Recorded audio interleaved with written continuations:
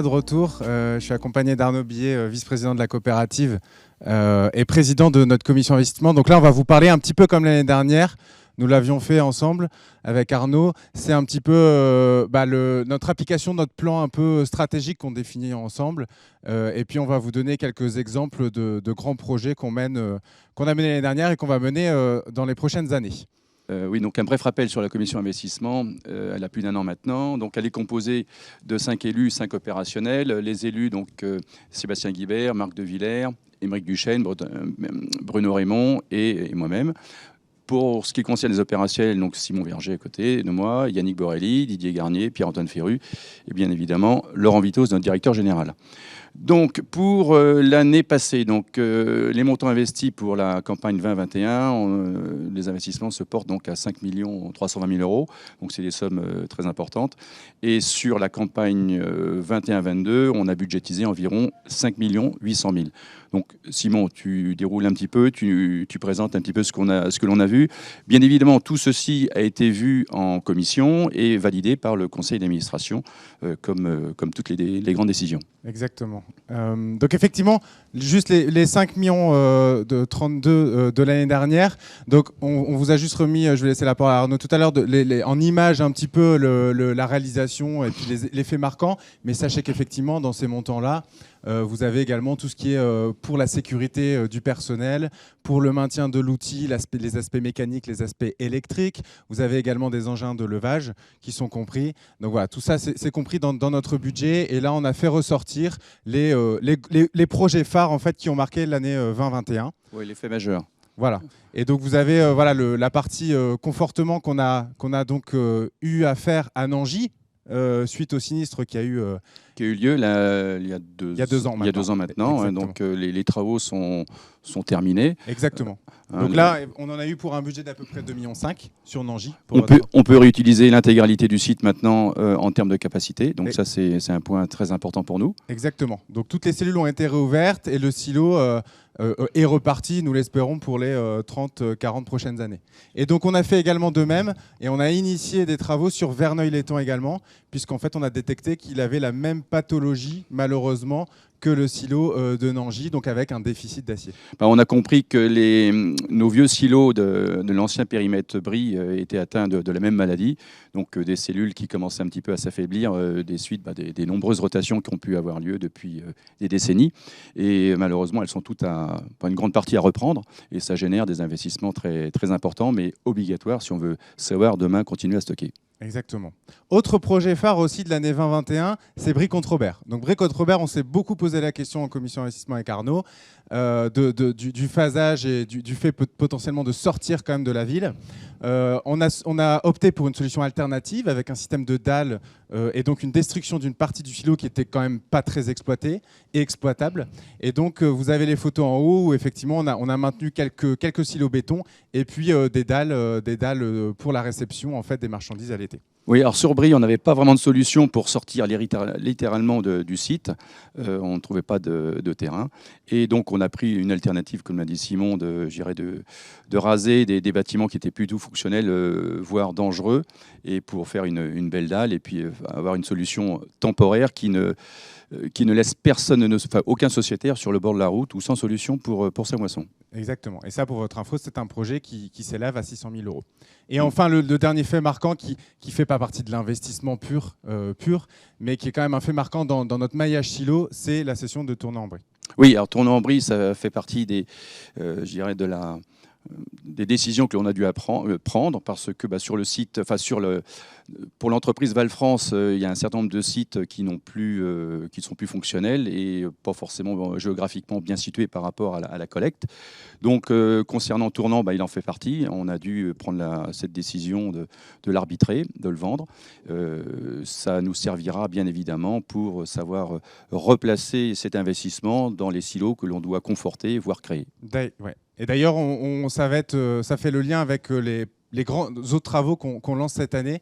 Et donc, on va y venir tout de suite. Donc là, je vais vous balayer vraiment les gros projets qui sortent de notre enveloppe des 5,8 millions de cette année. Donc le premier, c'est encore à Nangy. Donc vous voyez le silo qui est en bas en photo. Donc, d'ailleurs, c'est une photo en noir et blanc, donc on ne voit pas, mais vous avez normalement un silo tout beau, tout propre, le silo 6 et le silo 7, puisque les bétons ont été refaits. Et là, cette fois-ci, on va refaire le poste de chargement train. Pourquoi ? Parce qu'il est extrêmement vétuste et on ne chargeait plus de train depuis 2 ans en raison de la vétusté. Il était totalement obsolète. Exactement. On ne pouvait plus s'en servir. Donc cette année, il n'y a pas eu grand-chose de fait, même rien du tout. Exactement. Et Nangy, sachant que c'est un point très stratégique pour nos sociétaires, hein, Arnaud, et puis également pour nos clients, puisqu'en fait, ça permet, par exemple, je parlais de la midonnerie avec Roquette, ça permet à Roquette de venir chercher des blés jusqu'à Nangy. C'est pourquoi on a validé l'investissement, qui d'ailleurs fait l'objet d'une subvention par la région de 500 000 €. Oui, il est vrai que on s'est posé la question avec Simon d'arrêter ce poste de chargement et puis de repasser en camion. Mais grâce à la région, et le montant de l'investissement, de la subvention, pardon, on a pu réétudier à nouveau un outil qui était quand même très utile, à savoir l'enlèvement de nos céréales par voie ferrée, donc ce qui économise quand même les transports par camion.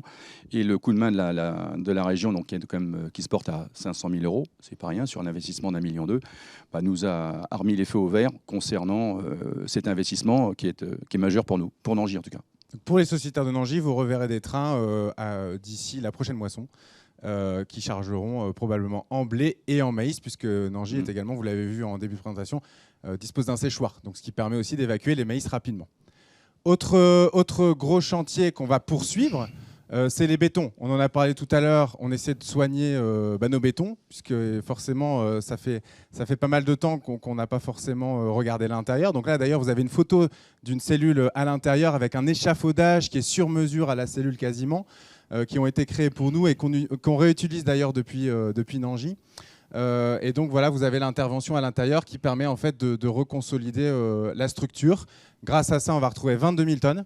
Ah, oui, tout à fait. Non, mais on reprend des bétons qui étaient usagés de par les nombreuses rotations qui ont eu lieu pendant toutes ces décennies. C'est l'entretien de nos sites, tout simplement, mais malheureusement, ça coûte une fortune, quoi. Et pourquoi vous imaginez qu'on ne s'est pas trop posé la question à Verneuil-l'Étang ? C'est parce qu'évidemment, on a le moulin qui est à nos portes, et donc on a quand même un silo qui est extrêmement stratégique pour nos débouchés. Ça, cette phase 2, elle est initiée à hauteur d'1 million d'euros cette année. Autre gros poste, c'est à Volpénil. Donc Volpénil, il y a 2 choses. Casa engrais, je pense qu'on en a longuement parlé de la problématique engrais. Il faut effectivement que Val-France conforte ses capacités de cases d'engrais. Et donc là, effectivement, on avait des cases qui étaient assez malades, avec des bétons qui étaient assez anciens. Et donc on repart sur une réfection de 3 cases. Oui, je pense que là, il n'y a pas de débat. Après le brillant exposé qu'on a eu tout à l'heure, le stockage d'engrais pour une coopérative comme Val-France, c'est fondamental, c'est majeur. Autre point à Volpénil, vous l'avez bien vu aussi lors du camembert avec les débouchés des blés. Beaucoup de blés partent encore toujours à Rouen. Quand ça part à Rouen, forcément, le silo le plus compétitif, avec, j'oublie pas le Nord, la CEMA, PUCC, c'est Volpénil. Donc forcément, on a besoin d'avoir des cadences de chargement péniche qui sont à la hauteur des débits qu'on nous demande, surtout qu'on nous demande d'amener la marchandise de plus en plus rapidement. Et donc c'est pourquoi on fait la réflexion on remplace un poste de chargement péniche à hauteur de 430 000 € cette année. Dernier point qu'on voulait souligner ensemble, c'est le projet, et Didier en a parlé tout à l'heure, encore une fois en lien avec l'engrais, l'arrêt de Gouet, l'arrêt de Tournant, puisqu'il y avait quand même des cases à tournant d'engrais. Tout ça nous a... Vétuste. Vétuste également. Tout ça nous a amené à reconvertir en fait le site qu'on avait acquéri il y a de ça maintenant 3 ans. Et donc de convertir le site de Chaumembry avec des cases à engrais que vous voyez. Donc vous avez le schéma... bon, il y a beaucoup de couleurs, mais vous avez le schéma devant vous. Donc, sur la partie de droite, vous avez une enfilade de cases à engrais, avec des cases à engrais qui sont dédiées à l'activité Big Bag. Didier en a beaucoup parlé également, qu'on va conforter donc. Et puis, la partie de gauche, qui sera réservée à un local phytosanitaire. Donc, on va délocaliser le local phytosanitaire qui est très vétuste et qui manque de place de Verneuil-l'Étang à Chaumembry. Et puis, on gardera aussi du Réapro pour les semences. Donc, on va vraiment dédier une plateforme pour les activités APRO. Oui, là vraiment on reconditionne, on restructure un petit peu le secteur. Simon l'a évoqué tout à l'heure, on a un local phyto à Verneuil qui ressemble plus à rien, donc il faut absolument revoir les choses comme il faut. L'engrais, c'est fondamental, on l'a encore, ça a été dit longuement tout à l'heure, donc on ne se pose pas de questions. On a eu la chance de pouvoir investir dans ce site il y a 3 ans maintenant. Aujourd'hui, on a bien fait. Hein. Exactement. On ne regrette pas, absolument pas. Et donc, vous imaginez un site comme ça, vous avez entendu aussi tout à l'heure que la réglementation se durcissait sur les engrais, d'un point de vue stockage. C'est forcément un site qui va devenir à autorisation, donc le dossier est lancé pour pouvoir avoir tous les bons agréments, pour pouvoir faire notre activité. Et donc, vous imaginez, il y a des besoins forcément d'investir sur du réglementaire sur le site. C'est pourquoi on a un budget d'à peu près 2 millions, provisionné un budget d'à peu près 2,2 millions qui sera en 2 phases. On en a terminé sur les gros projets. On n'avait que 5 minutes, donc on a essayé de faire synthétique avec Arnaud.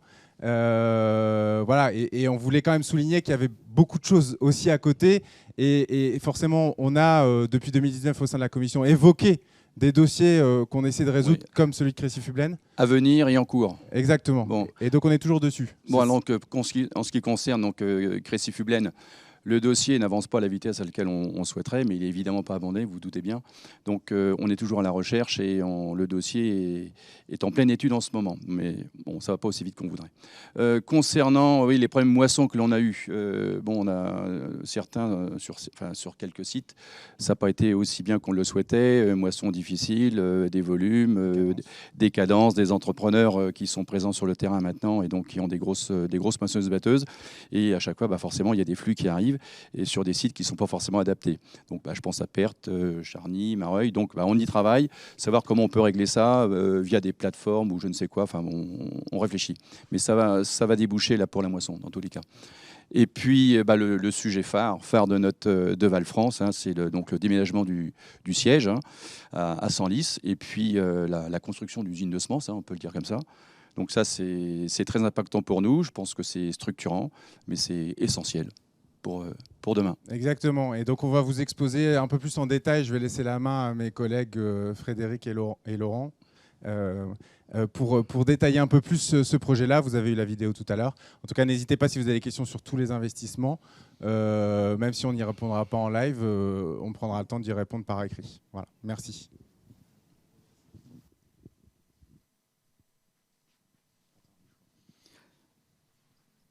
Merci Arnaud, je vous rappelle, président de la commission investissement et vice-président de la coopérative. Hein. Et merci à Simon pour cet exposé clair et synthétique, parce que l'exercice n'est pas simple quand on investit ce que l'on investit à l'heure actuelle chez Val-France, de faire l'exercice en 5 minutes. Donc bravo. Bravo à vous et merci à vous. Et vous le voyez, donc, on continue à investir. Et quand on parle de rénovation de nos cellules, que ce soit à Nangy, que ce soit à Vaud, que ce soit... voilà, on a décidé d'être proactif et d'être plutôt qu'être réactif. Et voilà, je ne sais pas si Simon l'a bien précisé, mais on est en phase de cartographie de l'ensemble de nos silos béton sur la coopérative, de manière à engager les travaux qui sont nécessaires, de manière à nous projeter encore pour les 30 prochaines années dans nos gros silos stratégiques. Donc ça fait le lien avec, comme l'a dit Simon, avec la fabrique. Hein. La fabrique, c'est le nom qu'on a donné à notre nouveau site que l'on a acquis il y a maintenant au mois d'avril 2021. Hein. Voilà, vous avez la rétrospective. Donc c'est un site, effectivement, on parle beaucoup du siège, mais rappelons quand même que ce site a été acheté par Val-France pour y localiser une usine de semences, hein, l'usine de semences du futur, l'usine de semences de demain. Donc c'est un site on va le revoir par la suite, qui est relativement conséquent en termes de surface. Donc rapidement, hein, lancement de ce dossier en mai 2018, avec une réunion entre la mairie, Brownsfield, de Mathieu Barre et Val-France, et Office Dépôt qui est venu un petit peu par la suite. Hein. Donc lancement du projet 2018, et vous voyez, on est en novembre, décembre 2021. Beaucoup de choses se sont passées, beaucoup de grosses négociations, notamment avec Office Office Dépôt, le vendeur du site, puisque Office Dépôt, vous le savez tous, aujourd'hui a été en liquidation judiciaire, et donc ça a compliqué beaucoup nos transactions, nos discussions, puisque l'administration s'est impliquée dans ce dossier-là. Mais on a réussi à force de pugnacité. On savait, grâce aux équipes, Frédéric, Didier et toutes les équipes des semences et le conseil d'administration, que le dossier semences est un dossier stratégique pour Val-France, hein, parce que c'est un dossier d'avenir avec les hybrides, avec, je ne sais pas si on aura l'occasion d'en reparler, mais voilà. Donc en l'espace de 3 ans, beaucoup de travail de réalisé par toutes les équipes, que ce soit financières et autres, pour que ce projet puisse voir le jour. Et donc on va vous en parler rapidement. Donc, c'est simplement un projet, voilà, on a, après moult recherches en région parisienne et dans l'Oise, on a jeté notre dévolu sur ce site qui est basé à Senlis. Alors pour certains, on vous dirait que Senlis, oui, c'est un peu excentré par rapport à la zone sud, où on avait une usine de semences à Verneuil, et on a encore une usine de semences à Verneuil pendant les 2 prochaines années. Mais d'un point de vue taxe, d'un point de vue localisation, notamment par rapport à l'autoroute A1 et par rapport au Benelux, en pesant le pour et le contre, il y avait beaucoup plus de pour que de contre sur ce site, sur Senlis. Et donc, on a jeté notre dévolu et sur l'acquisition d'un site qui se trouve ici, toujours à Senlis, avec, sans oublier le fait que délocaliser une usine de semences à plus de 20 ou 30 km aurait suscité de nombreuses difficultés d'un point de vue personnel, puisque beaucoup du personnel du site principal de Senlis n'aurait pas forcément suivi. Et donc, vous l'entendez tous dans les médias, hein, la difficulté de recruter du personnel aujourd'hui, suite au Covid, nous a renforcé et nous a donné a posteriori raison de rester sur la ville de Senlis. Donc, c'est un site, après je vous laisserai la parole d'un point de vue technique, c'est un site qui est d'envergure, hein. Je le rappelle, et vous le voyez sur l'écran, ce site a été acheté pour essentiellement ses capacités de stockage, hein, puisque c'est un site qui est globalement implanté sur 10 hectares, 100 000 m². C'est un site, quand vous voyez les différents bâtiments, l'entrepôt, les entrepôts, enfin ce que vous voyez à l'écran, c'est un site qui est sur entre 35 et 40, exactement 36 000 m², donc qui est vraiment conséquent. Et la particularité de ce site, et ce qui nous a donné aussi l'opportunité, hein, c'est acquisition pour l'usine de semences, mais il se trouvait que ce site était l'ancien siège social de Office Dépôt Europe, avec des bureaux. Et donc, ça nous a permis de relocaliser non seulement l'usine de semences de Senlis et demain celle de Verneuil, mais aussi le siège social. Donc, on a fait d'une pierre deux coups, en sachant que la première pierre initiale et notre stratégie initiale était la semence. Voilà. Frédéric, quelques spécificités techniques ? Donc en spécificité technique, on a fait le choix de prendre les forces de chaque usine, celle de Verneuil et celle de Senlis. C'est-à-dire qu'on a automatisé donc avec des cellules l'ensemble des chaînes, contrairement à ce qui est sur Senlis. Mais on a choisi aussi de garder et avoir des entrées et des sorties de containers à chaque poste sur les 2 chaînes, comme à Senlis, afin de travailler avec de nombreux clients. Comme l'a dit Laurent Vitoz, on espère que les hybrides vont se développer et qu'on soit à la hauteur de leurs demandes. On va avoir aussi 8 cellules équipées de doseurs, hein, donc pour 2 raisons, puisque les mélanges céréales augmentent, mais aussi être en capacité de mélanger de façon très précise les mâles et les femelles dans les productions futures d'hybrides. Un gros volet au niveau des traitements de semences. Aujourd'hui, on a de nombreux produits et la difficulté, c'est de les mettre en œuvre tous en même temps. Donc là, on a fait le choix d'avoir 12 produits purs et donc avec un système de création de bouillie à la demande. Donc, c'est-à-dire qu'on sera vraiment très flexible au niveau des demandes des clients hybrides, circuits longs et nos sociétaires. Une imprimerie, donc c'est aussi une très grosse force, hein, c'est ce qui fait une force et ce qui attire aussi les clients extérieurs, c'est qu'on est capable de faire des sacs propres et lisibles. Un ensachage donc de tout format, en sac ou en big bag, hein, mais on est capable d'ensacher à partir de 4 kg, par exemple pour les maïs, jusqu'à 600 kg pour les céréales de façon classique. Et puis bien entendu, vous avez bien vu la surface du site. On a préservé un énorme stockage pour les palettes. Donc on est capable de regrouper le stockage des palettes pour l'ensemble des 2 usines, hein, donc près de 22 000 m². Donc Frédéric, une usine quand même, qu'on appelle le mot qui est à la mode, une usine agile, flexible, qui va nous permettre d'être très réactifs. Je sais que cette année, pour beaucoup d'entre vous, sociétaires, ça a été une année compliquée en termes d'approvisionnement semences. On a démarré malheureusement avec 15 jours à 3 semaines de retard l'usine parce qu'une récolte tardive. Hein. Et puis, effectivement, jongler aujourd'hui avec cette nouvelle usine où on y stocke aujourd'hui une grande partie de nos productions de semences provenant de Senlis, parce qu'un manque de place ici et Verneuil, a fait que d'un point de vue logistique, ça a complexifié beaucoup la chose. Mais sachez que la problématique de l'année ne sera pas les problématiques des années futures, étant donné que notre nouvelle usine, c'est vraiment, on se dote d'un outil. J'ai eu souvent l'occasion de le dire à Madame la maire de Senlis, on construit sur la zone une des 5 plus belles usines de semences de France, hein, pour se prévaloir des évolutions qu'il y aura dans les semences. Alors bien entendu, à destination de nos circuits courts et de vous, agriculteurs, parce que c'est votre outil et donc c'est à vous que l'on doit les semences en premier. Mais n'oublions pas quand même que chez Valfrance, le circuit long est relativement important. Hein. On a un partenariat, Frédéric l'a rappelé, historique avec Pionnier sur les maïs. Et avec un outil comme celui-ci, je peux vous le dire, parce que depuis des mois, on fait visiter à nos partenaires, que ce soit banquiers, que ce soit semenciers, alors je ne vais pas tous les citer, mais les BASF, les Syngenta, les Bayer, on attend, Pionnier viendra certainement.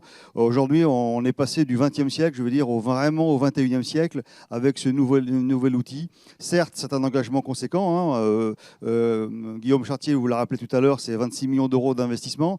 Mais voilà, on va être parmi pas le leader, mais on sera à la pointe pour répondre aux exigences de demain. Et Dieu sait que les évolutions, notamment quand on parle d'hybride, seront importantes. On y croit fort. Ça fait très longtemps qu'on parle de blé hybride qui sont dans les tuyaux. Je peux vous dire que tous les semenciers y travaillent ardemment. Dans les 2-3 années qui viennent, il y a des choses qui sortiront. Et nous, on sera prêts avec ce nouvel outil.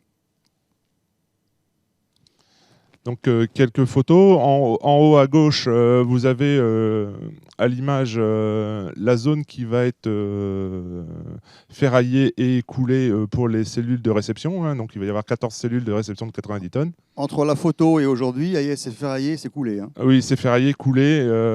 D'ailleurs, on avait vu sur les images du drone que le ferrage a été déjà réalisé au moment du passage du drone. Le montage de la chaîne 1, hein, donc il est quasiment réalisé. Hein. On va ponctionner sur l'usine de Senlis la table densimétrique et le trieur optique la semaine prochaine, qui va finir d'équiper la chaîne numéro 1.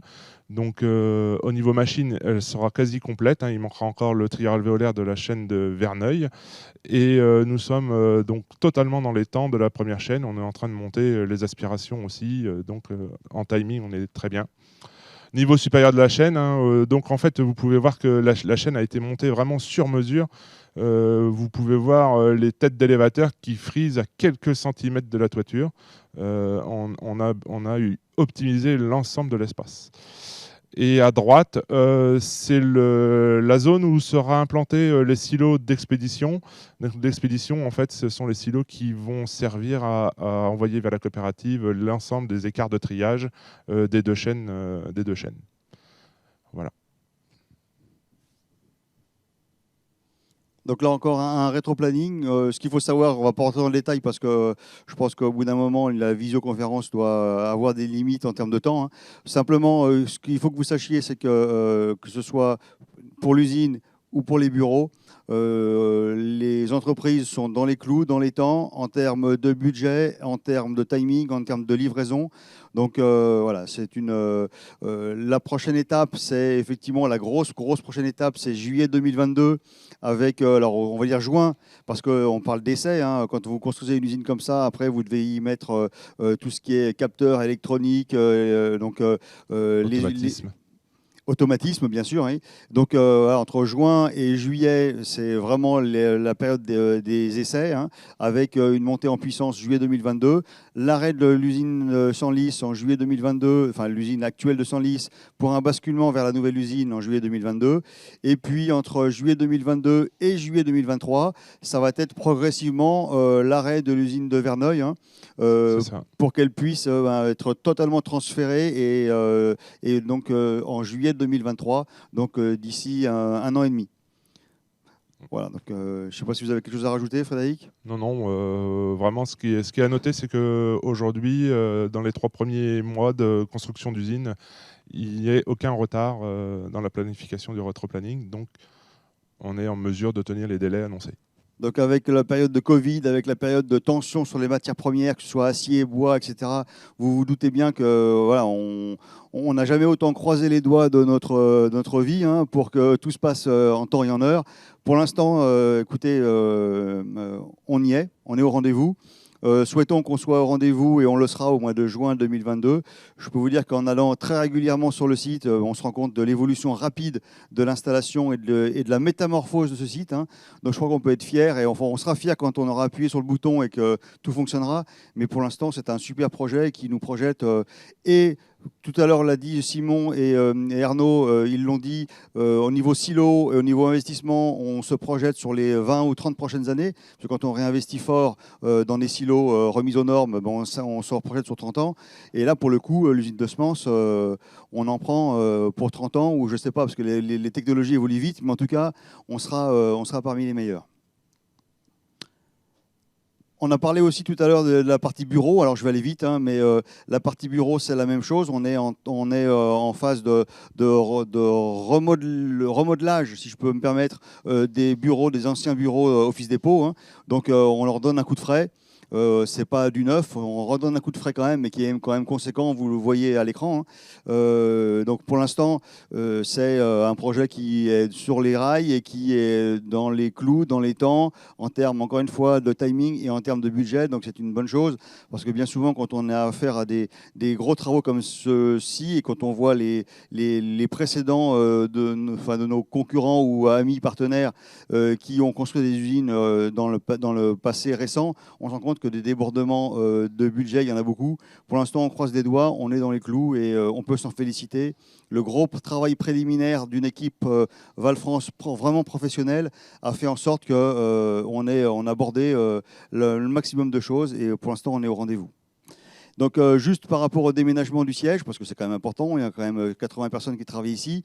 Donc, le déménagement, vous voyez, sur le slide précédent, si on peut revenir en arrière, on est encore en gros travaux, mais ça va très vite, hein. L'objectif, c'est déménagement 1er février 2022. Voilà ce qu'on pouvait dire sur la fabrique, sur les semences et puis sur le siège. Je ne sais pas s'il y a des questions. Oui, j'ai une question. Donc, sur les semences, quel devenir de Verneuil si tout est ramené à Senlis, notamment en termes de réapprovisionnement? Alors, la question, elle a déjà été un peu abordée avec Simon et M. Arnaud Billet. On a déjà une plateforme qui est prévue en réappro de semences sur le site de Chaumes. Pour les multiplications, ça ne change pas grand-chose, puisque aujourd'hui, les usines sont déjà dédiées à une variété. Donc, on va chercher aussi bien des variétés. Senlis va chercher des variétés du côté de Verneuil, et Verneuil va chercher des variétés du côté de Senlis. Donc, nous avons besoin de cet espace pour réduire les risques de production. Donc, il n'y aura aucune incidence sur la production de semences, ni sur le réapprovisionnement de semences. On regardera aussi peut-être à avoir une deuxième entrée pour du réappro de semences plus au cœur du secteur de la coopérative. Et en plus de ça, on a Chaumes, effectivement, qui viendra en support. Et on en a parlé tout à l'heure, je ne vais pas développer Chaumes, hein, mais qui est en train de muter aussi, hein, de manière à pouvoir s'adapter à notre nouvelle stratégie et relocalisation sur la zone. Mais encore une fois, on s'y est engagé vis-à-vis du conseil d'administration, hein, et le conseil d'administration, il est garant de la stratégie et de la vision de la coopérative. Pas d'impact pour les producteurs de semences sur la zone sud. Frédéric a expliqué pourquoi, variété pure, etc. Et puis, l'autre préoccupation que vous avez, c'est le dépôt, le réappro des semences. Là, encore une fois, Chaume prendra toute sa partie, toute sa part dans ce gros projet stratégique, puisque là, encore une fois, on créera des dépôts qui n'affecteront pas et n'impacteront pas les sociétaires du Sud. Plus de questions ? Bon, écoutez, quoi qu'il arrive, c'est un projet, hein, si on peut le dire, qui nous anime en plus de notre travail au quotidien, qui nous anime au jour le jour, parce qu'on est persuadé que c'est un projet qui impacte Val-France pour les 20 ou 30 prochaines années. C'est un très beau projet. On a eu une très bonne opportunité d'acquérir ce site d'Office Dépôt. Hein. Alors parfois, dans la vie, il faut un peu de chance. Hein. On en a eu. Et tant mieux pour vous, tant mieux pour Val-France. Maintenant, c'est à nous de finir le travail de manière à ce que on soit dans les clous et dans les temps. Mais pour l'instant, on y est. Donc c'est parfait. Merci Frédéric. Je vais clôturer sur le dossier semences. Je vais laisser la parole donc à Christophe, à notre président, pour la clôture de cette assemblée générale de section. Et merci encore pour ceux qui nous ont suivis du début jusqu'à la fin. Merci beaucoup. J'ai pas forcément... reste Laurent. Oui, parce que Laurent, tu disais que c'était un peu le hasard. Non, c'est pas vraiment le hasard. C'est un dossier qui a démarré il y a plus de 10 ans, le transfert de notre siège et de notre usine, qui a été initié par Christian Renard en son temps et Rémi Aquin, poursuivi par Denis Simon et moi-même. Mais c'est toi vraiment qui a finalisé, qui a fini par arracher le dossier. Et je sais que ça t'occupait pas mal de tes journées, voire même parfois de nos nuits, hein, n'est-ce pas? Parce qu'il y a eu pas mal de rebondissements.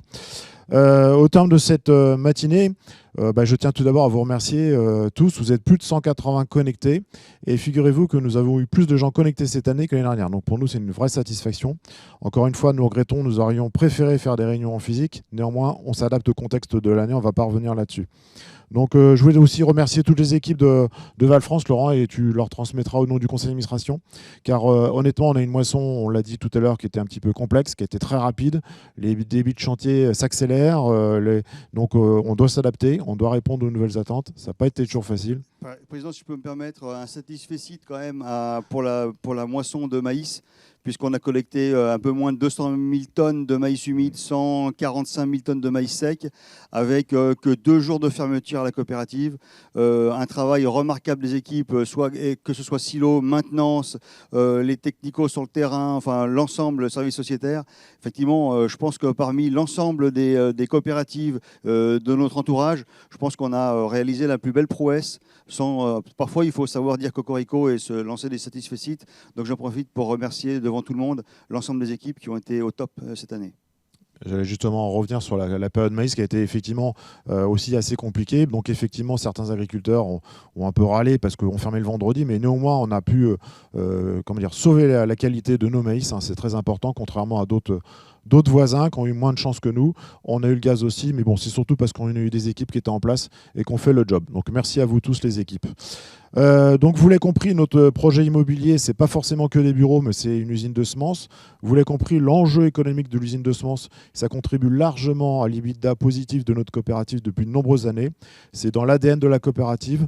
C'est aussi pour répondre à être plus réactif. Hein. On a entendu les critiques à l'automne sur les semences, on n'a pas été assez réactif.